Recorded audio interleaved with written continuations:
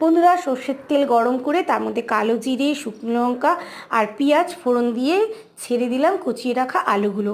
তারপরে একটুখানি নাড়াচাড়া করে নেব। আর এই রেসিপিটা কিন্তু অসাধারণ লাগে খেতে। তোমরা যে কোনো দিন এই রেসিপিটা করতে পারো। আর এটাকে একটু নাড়াচাড়া করব, আলুগুলো হালকা লাল হওয়া পর্যন্ত।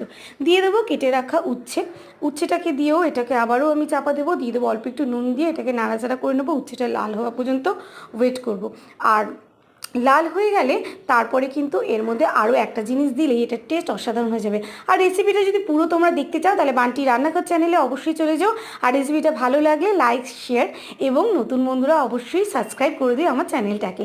চলো, এটা তো মোটামুটি লাল লাল হয়ে এসছে। দিয়ে দেবো এবারে কেটে রাখা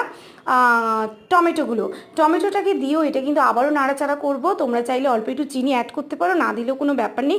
আর রেসিপিটা পুরো দেখতে চাইলে আবারও বলে দিলাম, বান্টি রান্নাঘর চ্যানেলে চলে যাও। রেসিপিটা ভালো লাগলে লাইক করে দিও। আর